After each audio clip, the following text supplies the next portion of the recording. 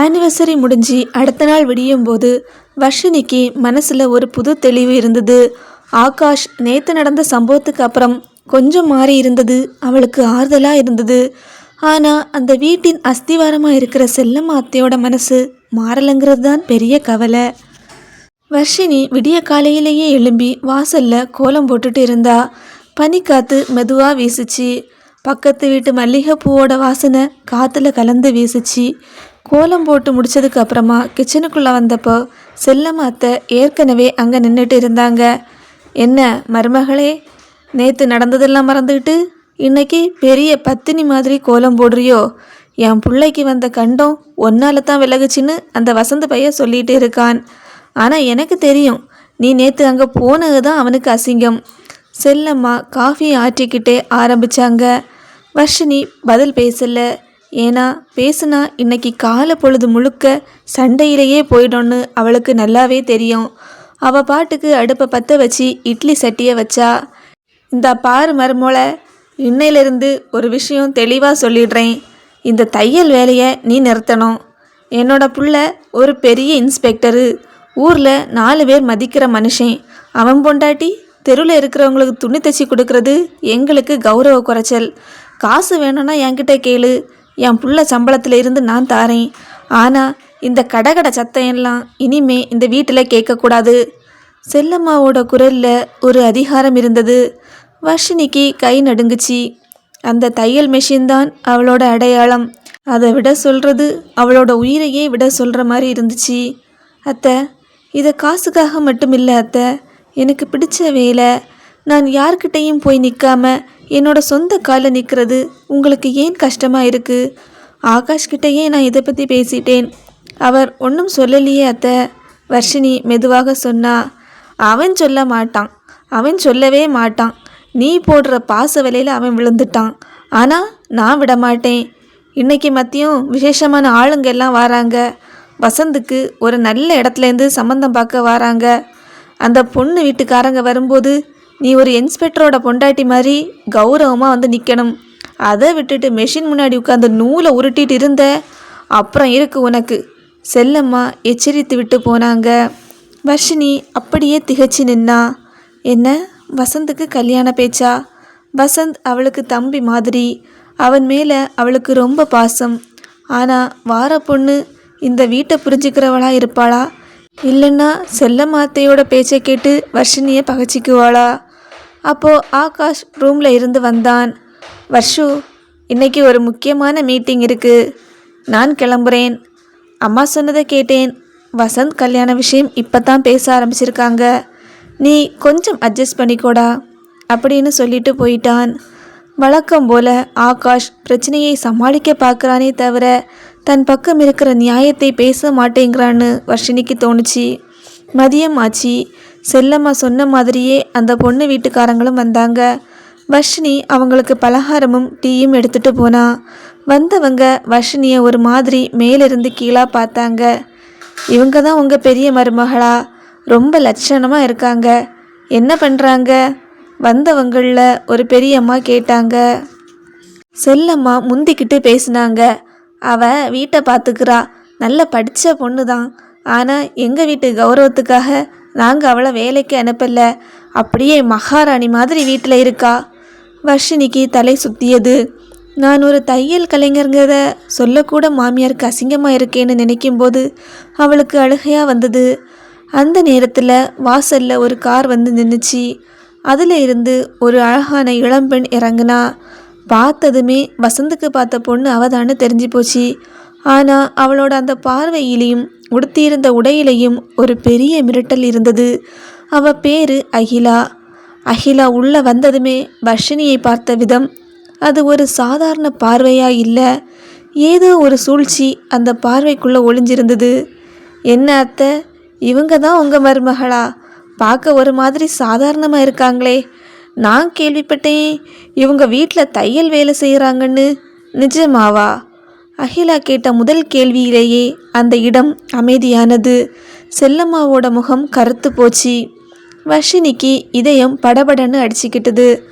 வசந்தோட வாழ்க்கைக்காகத்தான் அமைதியாக இருக்கணும்னு நினச்ச வர்ஷினிக்கு இந்த பொண்ணு ஒரு பெரிய சவாலாக இருக்க போகிறான்னு அப்போவே புரிஞ்சு போச்சு. மதியம் அந்த பொண்ணு வீட்டுக்காரங்க வந்து போனதுக்கப்புறம் வர்ஷினிக்கு மனசு ஒரு நிலையிலேயே இல்லை. அந்த பொண்ணு அகிலா கேட்ட கேள்வியும் அவள் பார்த்த அந்த இளக்காரமான பார்வையும் வர்ஷினியோட நெஞ்சில் ஒரு முள் மாதிரி குத்திக்கிட்டே இருந்துச்சு. தையல் வேலை செய்கிறவங்கன்னா அவ்வளவு கேவலமா? இந்த ஒரு கேள்வி அவளை அரிச்சிக்கிட்டே இருந்துச்சு. கிச்சனுக்குள்ளே போன வர்ஷினி பாத்திரங்களை கழுவி அடுக்கிட்டு இருந்தா. அப்போது செல்லம்மா அத்தை உள்ளே வந்தாங்க. அவங்க முகம் இன்னமும் உம்முன்னு தான் இருந்துச்சு. வர்ஷினி, அந்த பொண்ணு அகிலா கேட்டதை கவனிச்சியா? எவ்வளோ பெரிய இடத்துலேருந்து வர்றா பாரு. அவங்க அப்பா அந்த ஊரில் பெரிய முதலாளி. வந்த இடத்துல தையல் வேலை செய்கிறாங்கன்னு கேள்விப்பட்டேன். அவள் கேட்கும்போது எனக்கு தலை குனிவாக போச்சு. செல்லம்மா வாய்க்குள்ளேயே முணுமுணுத்தாங்க. வர்ஷினி மெல்லமாக திரும்பி பார்த்தா. அத்தை, நான் வேலை செய்கிறதுல என்ன அசிங்கம் இருக்குது? களவு பண்ணலை, பொய் சொல்லலை. என் உழைப்பில் நான் 4 காசு பார்க்குறேன். அதில் உங்களுக்கு ஏன் இவ்வளவு கஷ்டம்? அந்த பொண்ணு இன்னைக்கு தான் இந்த வீட்டு வாசப்படியை மிதிச்சிருக்கா. அவளுக்காக என்ன எதுக்கு இவ்வளவு மட்டம் தட்டுறீங்க? மட்டம் தட்டுறேனா?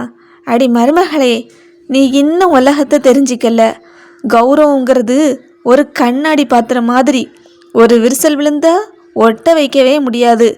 நாளைக்கு வசந்துக்கு அந்த இடத்துல கல்யாணம் முடிஞ்சா அந்த அகிலா இந்த வீட்டுக்கு மருமவளாக வருவா. அவள் முன்னாடி நீ ஒரு தையக்காரியாக நிற்க போறியா, இல்லை ஒரு இன்ஸ்பெக்டர் பெண்டாட்டியா கெத்தா நிற்க போறியா? இன்னைக்கு காலையிலேயே அந்த மெஷினை எடுத்து மூளையில் போடுன்னு சொன்னேன்ல. செல்லம்மாவோட குரல் இப்போ கொஞ்சம் முசந்துச்சு. வர்ஷினி பதில் பேசாமல் தலையை குனிஞ்சிக்கிட்டா. அவளுக்கு தெரியும், இவங்க கிட்ட பேசி ஒரு பிரயோஜனமும் இல்லை. அவள் மெதுவாக தன்னோட தையல் ரூமுக்குள்ளே போனா. அந்த ரூமுக்குள்ளே போனாலே அவளுக்கு ஒரு நிம்மதி கிடைக்கும். அங்கே இருந்த அந்த பழைய மெஷினை தடவி பார்த்தா. அவளோட கஷ்ட காலத்தில், ஆகாஷ்கிட்ட ஒரு வார்த்தை பேச முடியாமல் தவிச்ச காலத்தில் அவளோட கண்ணீரை தொடச்சது இந்த மிஷின் தான். மகிழ் தூங்கிட்டு இருந்தான். வர்ஷினி மெதுவாக மெஷினில் உட்காந்து காலையில் பாதியில் நிப்பாட்டின ஒரு ப்ளவுஸை தைக்க ஆரம்பித்தா. கடன்னு சத்தம் வர ஆரம்பித்ததும் அவள் மனசு லேசாகிற மாதிரி இருந்துச்சு. திடீர்னு வாசல் கதவு திறக்கிற சத்தம் கேட்டுச்சு. ஆகாஷ் வந்துட்டான். வழக்கமாக 7 மணிக்கு வர்றவன் இன்னைக்கு சீக்கிரமே வந்துட்டான். வர்ஷினி மெஷினை நிப்பாட்டிட்டு வெளியே வந்தா. ஏங்க, என்ன இன்னைக்கு சீக்கிரமே வந்துட்டீங்க? ஆகாஷ் ஒரு மாதிரி களைப்பா சோஃபாவில் உட்கார்ந்தான். ஸ்டேஷனில் இன்னைக்கு ஒரு பெரிய பஞ்சாயத்து வஷு. அந்த விக்கி கேஸில் மேலிடத்துல இருந்து நிறைய கேள்வி கேட்குறாங்க. அப்புறம் அம்மா ஃபோன் பண்ணாங்க அப்படின்னு சொல்லிட்டு அவளை ஒரு மாதிரி பார்த்தான். வர்ஷினிக்கு சுருக்குன்னு இருந்துச்சு. அம்மா ஃபோன் பண்ணாங்களா? அதுக்குள்ளே போட்டு கொடுத்துட்டாங்களா? அம்மா என்ன சொன்னாங்க ஆகாஷ்? இல்லை, வசந்துக்கு பார்க்குற அந்த அகிலா குடும்பம் ரொம்ப பெரிய குடும்பமாம். அவங்க வீட்டில் எல்லாரும் கவர்மெண்ட் ஆஃபீஸர்ஸ். அந்த பொண்ணு கூட ஏதோ பெரிய கம்பெனியில் மேனேஜராக இருக்காளாம். அதனால் நம்ம வீட்டு மருமகளும் ஒரு தையல் வேலை செய்கிறாங்கன்னு வெளியே தெரிஞ்சால் நல்லா இருக்காதுன்னு அம்மா கவலைப்படுறாங்க. நீ 1 மாதத்துக்கு மட்டும் இந்த வேலையை நிப்பாற்றியா வர்ஷு? வசந்த் கல்யாணம் முடிகிற வரைக்கும் தான். ஆகாஷ் கெஞ்சுற மாதிரி கேட்டான். வர்ஷினிக்கு அப்படியே உலகமே இருண்டு போன மாதிரி இருந்துச்சு. நீங்களும் இதே தான் சொல்கிறீங்களா ஆகாஷ்? நேற்று தான் நம்ம வாழ்க்கை ஒரு புது பாதையில் போகுதுன்னு நான் சந்தோஷப்பட்டேன். ஆனால் இன்னைக்கு மறுபடியும் உங்கள் அம்மா பேச்சு தான் பேசுகிறீங்க. அந்த அகிலாவுக்காக நான் ஏன் என் அடையாளத்தை விட்டு கொடுக்கணும்? அவள் யாருங்க? நாளைக்கு வரப்போகிற ஒருத்தி. அவளுக்காக என்ன பலி கொடுக்க பார்க்குறீங்களே, இது எந்த விதத்துலங்க நியாயம்? வர்ஷு, தப்பாக நினைக்காத. இது ஒரு தற்காலிகமான விஷயந்தான். நமக்கு வசந்தோட வாழ்க்கை ரொம்ப முக்கியமில்ல. அந்த இடத்துல சம்பந்தம் கைகூடி வரணும்னா நாம் கொஞ்சம் இறங்கித்தான் போகணும். இறங்கி போகிறது வேற, அழிஞ்சு போகிறது வேற ஆகாஷ். நான் தைக்கிற துணிகளில் தான் இந்த வீட்டுக்கு தேவையான சின்ன சின்ன சந்தோஷங்கள் இருக்குது. மகிழுக்கு நீங்கள் வாங்கி தர பொம்மைகளை விட நான் தச்சு தர அந்த சின்ன சின்ன சட்டைகளில் தான் அதிக அன்பு இருக்குது. அதை ஏன் நீங்கள் புரிஞ்சிக்கவே மாட்டேங்கிறீங்க? வர்ஷினி கண்ணீரோட ரூமுக்குள்ளே ஓடினா. அன்னைக்கு நைட்டு அந்த வீட்டில் ஒரு மலையான அமைதி நிலவுச்சு. சாப்பாட்டு டேபிளில் யாருமே பேசிக்கல. செல்லம்மா அத்தை முகத்தை ஒரு மாதிரி வச்சுக்கிட்டு வசந்த் கிட்ட பேசிகிட்டு இருந்தாங்க. வசந்து, அந்த பொண்ணு அகிலா உனக்கு ரொம்ப பொருத்தமாக இருப்பாடா. அவள் வந்ததுக்கு அப்புறம் பாரு, இந்த வீட்டோட லட்சணமே மாறிடும். பெரிய பெரிய காரு பங்களான்னு நாமளும் வசதியாக இருக்கலாம். செல்லம்மா வேணும்னே வர்ஷினி கேட்குற மாதிரி சத்தமாக சொன்னாங்க.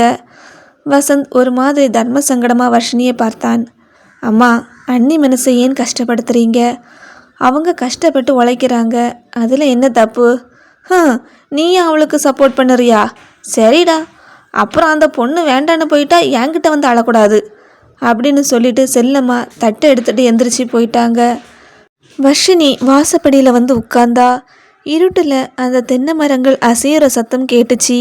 அவள் மனசுக்குள்ளே ஒரு பெரிய போராட்டமே நடந்துட்டு இருந்துச்சு. வசந்தோட வாழ்க்கைக்காக நான் விட்டு கொடுக்கணுமா, இல்லை எனக்காக நான் போராடணுமா? அப்போ தான் அவளோட ஃபோன் வைப்ரேட் ஆச்சு. ஒரு வாட்ஸ்அப் மெசேஜ். அது அகிலா கிட்டே இருந்து வந்திருந்து. வசந்த் தான் அகிலாவுக்கு வர்ஷினியோட நம்பரை கொடுத்துருப்பான் போல. மெசேஜில் இப்படி இருந்துச்சு. ஹாய் வர்ஷினி, நான் அகிலா. இன்னைக்கு மதியம் உங்களை சரியாக கவனிக்கலை. வசந்த் சொன்னார் நீங்கள் தையல் வேலை செய்கிறீங்கன்னு. ஒரு விஷயம் தெளிவாக சொல்லிடுறேன். நான் அந்த வீட்டுக்கு மருமகளாக வந்தால் அங்கே இந்த தையல் மெஷின் சத்தமெல்லாம் கேட்கக்கூடாது. எனக்கு இதெல்லாம் செட் ஆகாது. நீங்கள் ஒரு இன்ஸ்பெக்டர் பொண்டாட்டி மாதிரி இருக்க பழகுங்க. see you. இதை படித்ததும் வர்ஷினிக்கு அப்படியே ரத்தம் கொதிச்சிச்சு. இன்னும் கல்யாணமே ஆகலை, அதுக்குள்ளே இவ்வளவு அதிகாரமா?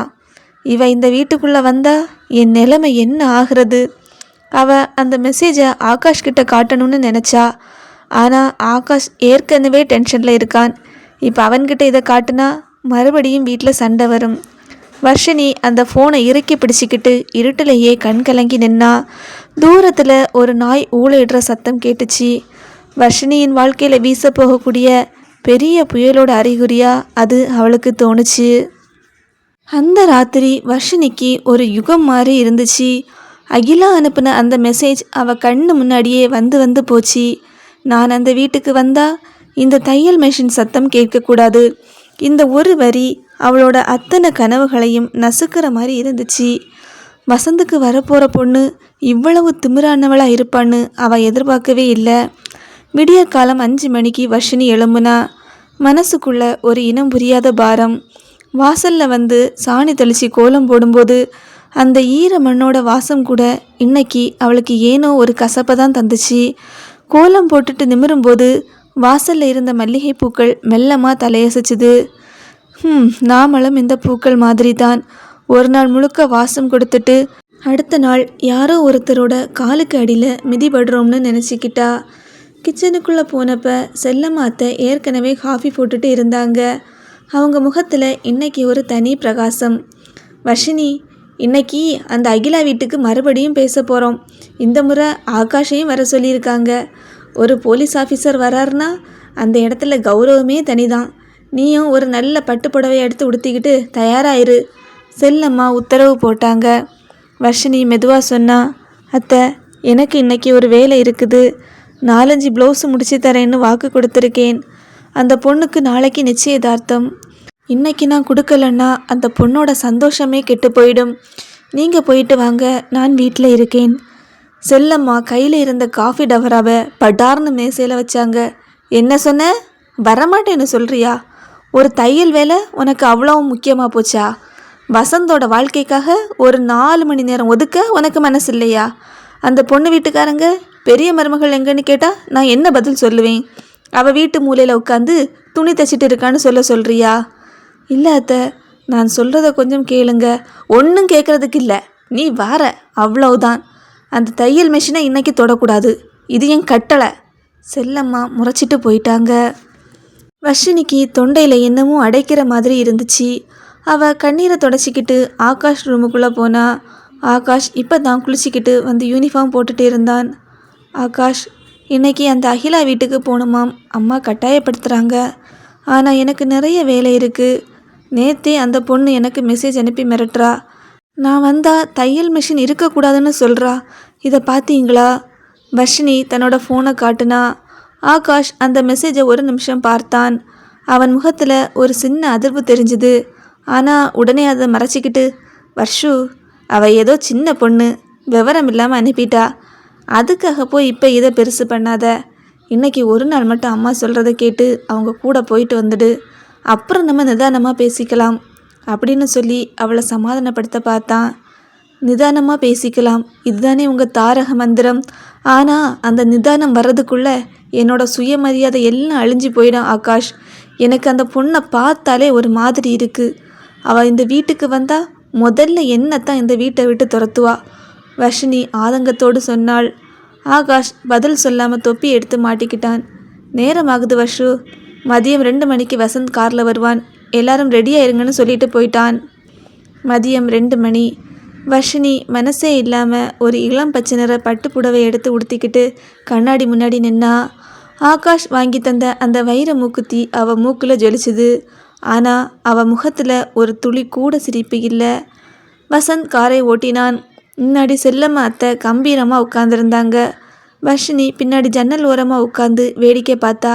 பச்சை பசேல்னு இருக்கிற வயல்வெளிகள் கடந்து போகும்போது அவள் மனசுக்குள்ள ஒரு புயல் வீசிக்கிட்டே இருந்துச்சு. அகிலாவோட வீடு ஒரு பெரிய அரண்மனை மாதிரி இருந்துச்சு. வாசல்லையே 2 பெரிய நாய்கள் கட்டி போடப்பட்டிருந்து வீட்டை சுற்றி ஏகப்பட்ட பணியாட்கள். செல்லம்மா அத்தைக்கு அந்த ஆடம்பரத்தை பார்த்ததும் அப்படியே மலைச்சி போயிடுச்சு. பாத்தியா வர்ஷினி, இதுதான் அந்தஸ்து. இப்படி ஒரு இடத்துல இருந்து என் மகனுக்கு பொண்ணு கிடைக்கிறது நான் செஞ்ச புண்ணியம், செல்லம்மா பெருமையாக சொன்னாங்க. உள்ளே போனதும் அகிலாவோட அப்பா அவங்கள வரவேற்றார். கொஞ்ச நேரத்தில் அகிலா கீழே இறங்கி வந்தா. ஒரு விலை உயர்ந்த மாடர்ன் ட்ரெஸ்ஸில் அவள் தேவதை மாதிரி இருந்தா. ஆனால் அவள் கண்ணில் அந்த திமிர் மட்டும் குறையவே இல்லை. அவள் வர்ஷினி பக்கத்தில் வந்து மெதுவாக காதுகிட்ட சொன்னா, நான் மெசேஜ் பண்ணது ஞாபகம் இருக்குல்ல? இன்றைக்கி நீங்கள் இங்கே வந்திருக்கிறது எனக்கு பிடிச்சிருக்கு. இதுதான் உங்கள் தகுதி. ஒரு இன்ஸ்பெக்டர் பொண்டாட்டி மாதிரி அடக்கமாக இருக்க பழகுங்க. வர்ஷினிக்கு அந்த இடத்துலையே அவளை அடிச்சிடலாம்னு தோணுச்சு. ஆனால் வசந்தோட முகத்தை பார்த்ததும் அவள் அடங்கி போயிட்டா. வசந்த் அகிலாவை பார்த்து சிரிச்சிட்டு இருந்தான். அவனுக்கு அகிலாவோட உண்மையான முகம் தெரியல. சாப்பாட்டு மேசையில் எல்லாரும் உட்கார்ந்தாங்க. அகிலாவோட அம்மா பேச ஆரம்பித்தாங்க. வசந்த், எங்களுக்கு ஒரு கண்டிஷன் இருக்குது. எங்கள் பொண்ணு ரொம்ப செல்லமாக வளர்ந்தவ. அவளுக்கு வீட்டு வேலையெல்லாம் செய்ய தெரியாது. அப்புறம் உங்கள் வீட்டு பெரிய மருமக தைய வேலை செய்கிறான்னு கேள்விப்பட்டோம். அதெல்லாம் எங்கள் சொந்தக்காரங்களுக்கு தெரிஞ்சால் எங்களுக்கு தான் அசிங்கம். அதனால் கல்யாணத்துக்கு அப்புறம் அதையெல்லாம் நிப்பாட்டிடணும். செல்லம்மா அத்தை சிரிச்சுக்கிட்டே சொன்னாங்க. அதனால என்னம்மா, அதெல்லாம் நான் பார்த்துப்பேன். வர்ஷினி இனிமே மிஷினை தொடவே மாட்டா, நான் சொல்லிட்டேன். வர்ஷினிக்கு அப்படியே உள்ளுக்குள்ளே ஒரு எரிமலை வெடிச்சுது. இது வரைக்கும் அமைதியாக இருந்த அந்த பொண்ணு இன்னைக்கு தன்னோட எல்லை தாண்டி போகிறத உணர்ந்தா. அவள் கையில் இருந்த ஸ்பூனை மெதுவாக தட்டில் வச்சா. மன்னிக்கணும், நான் ஒரு விஷயம் சொல்லலாமா? வர்ஷினி நிமிர்ந்து பார்த்தா. அந்த அறையே அமைதியாச்சு. ஆகாஷ் வர்ஷினி எச்சரிக்கையாக பார்த்தான். ஆனால் வர்ஷினி இன்னைக்கு எதுக்கும் பயப்பட தயாராக இல்லை. தையல் வேலைங்கிறது ஒரு கலை, அதில் ஒரு அசிங்கமும் இல்லை. என்னோட இந்த உழைப்பில் தான் என்னோட குடும்பத்தோட பல சின்ன சின்ன தேவைகள் பூர்த்தியாகுது. அதை நிப்பாட்ட சொல்கிறதுக்கு இந்த வீட்டுக்கு வர பொண்ணுக்கு எந்த உரிமையும் இல்லை. கௌரவங்கிறது ட்ரெஸ்ஸில் இல்லை, நம்ம மற்றவங்களை எப்படி நடத்துகிறோங்கிறதுல தான் இருக்குது. வர்ஷினி உறுதியாக சொன்னாள். அகிலாவோட முகம் அப்படியே சிவந்து போச்சு. செல்லம்மா அத்தைக்கு அப்படியே தலை சுத்த ஆரம்பிச்சிடுச்சு. ஆகாஷ் அதிர்ச்சியில் வர்ஷினியை பார்த்தான். வர்ஷினி, என்ன பேசுகிற நீ? அமைதியாயிரு. ஆகாஷ் அதட்டினான். இல்லை ஆகாஷ், இன்னைக்கு நான் அமைதியாக இருந்தால் காலத்துக்கும் நான் தலை குனிஞ்சு தான் நிற்கணும். வசந்துக்கு கல்யாணம் ஆகணும்னு தான் இவ்வளோ தூரம் வந்தேன். ஆனால் அதுக்காக எல்லாம் என்னோட சுயமரியாதையை அடகு வைக்க முடியாது. வர்ஷினி கண்ணீரோடு அங்கிருந்து எழும்பி வெளியே வந்தா. வெளியில் மழை தூர ஆரம்பிச்சுது. வர்ஷினி அந்த பெரிய வீட்டு வாசலில் மழையில் நனைஞ்சிக்கிட்டே நின்னப்ப அவளுக்கு பின்னாடி ஒரு உருவம் வேகமாக வந்து அவள் கையை பிடிச்சி திருப்பிச்சு. அது ஆகாஷ். எதுக்கு இப்படி பண்ணின? அந்த பெரியவங்க முன்னாடி என்னை அசிங்கப்படுத்திட்டேன்னு உனக்கு தெரியுதா? ஆகாஷோட குரலில் இன்னைக்கு ஒரு போலீஸ்காரனோட அதிகாரம் முழுமையாக வெளிப்பட்டுச்சு. வர்ஷினி அவன் கண்ணை பார்த்து சொன்னா, உங்களுக்கு உங்கள் கௌரவம் முக்கியம் ஆகாஷ், ஆனால் எனக்கு என் உயிர் முக்கியம். இந்த தையல் மிஷின் தான் என் உயிர். அதை தூக்கி எறிஞ்சிட்டு நான் உங்களோட வாழ முடியாது. மழையோட சத்தம் அந்த இடத்துல அதிகமாச்சு. 2 பேருக்கும் இருந்த அந்த இடைவெளி இப்போ இன்னும் அதிகமாகிற மாதிரி இருந்துச்சு. அந்த சாரல் மழை வர்ஷினியின் முகத்தில் விழுந்து அவளது கண்ணீரோடு கலந்தது. அகிலாவின் அந்த பெரிய பங்களா வாசலில் ஆகாஷின் பிடியில் அவள் கை சிக்கியிருந்தது. ஆகாஷின் கண்கள் சிவந்திருந்தன. ஒரு போலீஸ் அதிகாரியாக அவன் எத்தனையோ குற்றவாளிகளை மிரட்டியிருக்கிறான். ஆனால் இன்று அவன் தன் மனைவியின் உறுதியைக் கண்டு ஒரு நிமிடம் தடுமாறினான். வர்ஷினி, நீ பண்ணது எவ்வளோ பெரிய காரியம் உனக்கு தெரியுமா? ஒரு நிமிஷம் நீ அமைதியாக இருந்திருந்தா இன்னைக்கு வசந்தோட வாழ்க்கை உறுதியாக இருக்கும். இப்போ பாரு, அந்த பெரிய மனுஷங்க முன்னாடி நான் தலை குனிஞ்சு நிற்கிறேன். ஆகாஷ் கத்தினான். வர்ஷினி அவன் கையை மெதுவாக விடுவித்து கொண்டாள். அவள் குரல் நடுங்கவில்லை. ஒரு வைராக்கியம் அதில் தெரிந்தது. நீங்கள் ஏன் தலை குனியணும் ஆகாஷ்? தப்பு செஞ்சால் தான் தலை குனியணும். நான் என்ன தப்பு செஞ்சேன்? என் உழைப்பு எனக்கு பெருமைன்னு சொன்னது தப்பா? அந்த பொண்ணு அகிலா இன்னும் இந்த வீட்டுக்குள்ளேயே வரல. அதுக்குள்ளே என் வாழ்க்கையை தீர்மானிக்க அவள் யாரு? நீங்கள் எல்லாரும் ஏன் அவளுக்கு வக்காலத்து வாங்குறீங்க? ஆகாஷ் பதில் சொல்ல முடியாமல் மழையில் நனைந்தான். அதற்குள் வசந்தும் செல்லம்மா அத்தையும் வீட்டை விட்டு வெளியே வந்தார்கள். செல்லம்மா அத்தையின் முகம் ஆத்திரத்தில் கருத்து போயிருந்தது. அவர்கள் பின்னால் அகிலாவும் அவளது பெற்றோரும் வராண்டாவில் வந்து நின்றார்கள். அவர்களின் பார்வையில் ஒரு விதமான ஏளனம் இருந்தது. பார்த்தீங்களா செல்லம்மா, உங்கள் வீட்டு லட்சணத்தை? இன்னும் கல்யாணமே முடியலை, அதுக்குள்ளே உங்கள் மூத்த மருமக எங்களை எதிர்த்து பேசுகிறா. இவ இருக்கிற வீட்டுக்கு எங்கள் பொண்ணு வரமாட்டா. ஒன்று இவ இந்த தையல் வேலையை விட்டுட்டு அடக்கமாக இருக்கணும், இல்லைன்னா இந்த சம்பந்தம் எங்களுக்கு வேண்டாம். அகிலாவின் அம்மா அதிகாரமாக கூச்சலிட்டார். செல்லம்மா அத்தை வர்ஷினியை நோக்கி பாய்ந்தார்கள். பாத்தியா வர்ஷினி, நீ இதுக்குத்தானே ஆசைப்பட்ட? என்னோட வசந்தோட வாழ்க்கையில் மண்ணை அள்ளி போட்டுட்டியே. ஒரு தையல் மிஷினுக்காக குடும்பத்தோட சந்தோஷத்தையே காவு கொடுத்துட்டியே. வசந்த் தலையை குனிந்து கொண்டு நின்றான். அவனுக்கு ஒரு பக்கம் வர்ஷினி மேல் பாசம் இருந்தாலும் மறுபக்கம் அந்த அகிலாவின் அந்தஸ்தும் அழகும் அவனை மயக்கி இருந்தது. அவன் மெதுவாக வர்ஷினி பக்கம் வந்தான். அண்ணி, நீங்கள் இன்னைக்கு மட்டுமாவது கொஞ்சம் பொறுமையாக இருந்திருக்கலாம். அகிலா சொன்னதில் என்ன தப்பு இருக்குது? நீங்கள் வேலைக்கு போனால் தான் நம்ம சாப்பிடணுமா என்ன? அண்ணனோட சம்பளமே போதுமே. வர்ஷினிக்கு வசந்த் சொன்ன வார்த்தைகள் நெஞ்சில் ஈட்டியாக பாய்ந்தது. நீயுமா வசந்த் என்று அவள் கண்கள் கேட்டன. கிளம்புங்க, எல்லாரும் காரில் ஏறுங்க. இங்கே நின்று இனி அவமானப்பட எனக்கு விருப்பமில்லை, ஆகாஷ் கத்தினான். கார் பயணம் முழுவதும் மயான அமைதி நிலவியது. வர்ஷினி ஜன்னல் வழியாக பெய்யும் மழையை பார்த்து கொண்டே வந்தாள். அவளுக்கு தெரியும் இன்னைக்கு வீட்டுக்கு போனதுமே ஒரு பெரிய பூகம்பம் இருக்குன்னு. அவள் மனதுக்குள் மகிழ் என்று தன் மகனின் பெயரை மட்டுமே சொல்லி கொண்டாள். அவனுக்கு தெரியாது அவன் தாய் இன்று ஒரு பெரிய போரை தொடங்கிவிட்டாள் என்று. வீட்டுக்கு வந்து சேர்ந்ததும் செல்லம்மா அத்தை நேராக தையல் மெஷின் இருந்த அறைக்குள் நுழைந்தார்கள். வர்ஷினி பின்னாடியே ஓடினாள். அத்தை என்ன பண்ணுறீங்க? அங்கே எதுக்கு போகிறீங்க? செல்லம்மா அந்த பழைய மிஷினை பற்றி கொண்டார்கள். இந்த சனியன்தானே எல்லாத்துக்கும் காரணம். இதுதானே உனக்கு திமிர கொடுக்குது. இது இனி இந்த வீட்டில் இருந்தால் தானே நீ இப்படி ஆடுவ என்று சொல்லிக்கொண்டே அந்த மெஷினை தூக்க முயன்றார்கள். வயதான காலத்திலும் ஆத்திரத்தில் அவர்களுக்கு பலம் கூடியிருந்தது. அத்தை வேண்டாம் அத்தை, அதை தொடாதுங்க, அது என் உயிர். வர்ஷினி கதறினாள். ஆகாஷ் ஹாலில் நின்று இதை பார்த்து கொண்டிருந்தான்.